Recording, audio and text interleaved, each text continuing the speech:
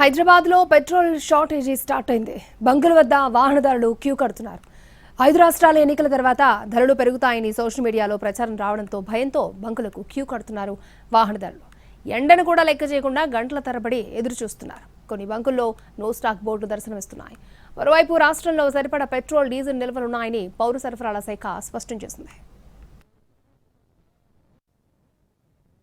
Hyderabad petrol బంకుల్లో మరోసారి queue కనిపిస్తూ ఉంది. ఏదైతే కొన్ని రోజుల క్రితం పెట్రోల్, డీజిల్ కొరత ఏర్పడుతుంది అనేటటువంటి వార్తలతోటి ఏ విధంగా అయితే క్యూ కట్టారో జనాలు మళ్ళీ సేమ్ ప్యానిక్ సిచ్యువేషన్ మళ్ళీ ఏర్పడుతుందనే ఉద్దేశంతో వాళ్ళందరూ మళ్ళీ పెట్రోల్ బంకుల క్యూ కట్టిన సిచ్యువేషన్ ఉంది. హైదరాబాద్లో అనేక పెట్రోల్ బంకుల్లో సేమ్ ఇదే సిచ్యువేషన్ ఉంది.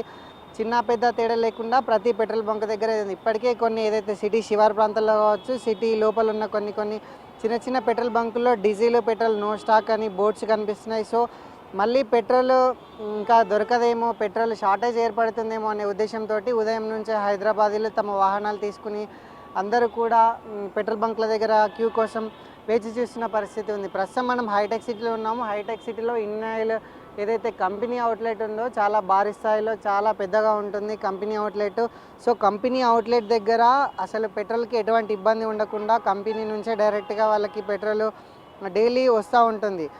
సో ఇక్కడ స్టాక్ ఎంత ఉన్నా కూడా వెంటనే అయిపోవడంతో మళ్ళీ తెప్పించినా కూడా సేమ్ ఇదే సిచ్యువేషన్ ఏర్పడుతూ ఉంది. ఒకసారి మనం క్యూ లైన్ చూసుకోవచ్చు. దాదాపు ఒక 3 రోస్లో 3-4 కిలోమీటర్ల మేర ఏదైతే పెట్రోల్ బంక్ పక్కన ఉన్నటువంటి దారి ఉంటుందో అది మొత్తం కూడా బ్లాక్ అయిన సిచ్యువేషన్ ఉంది.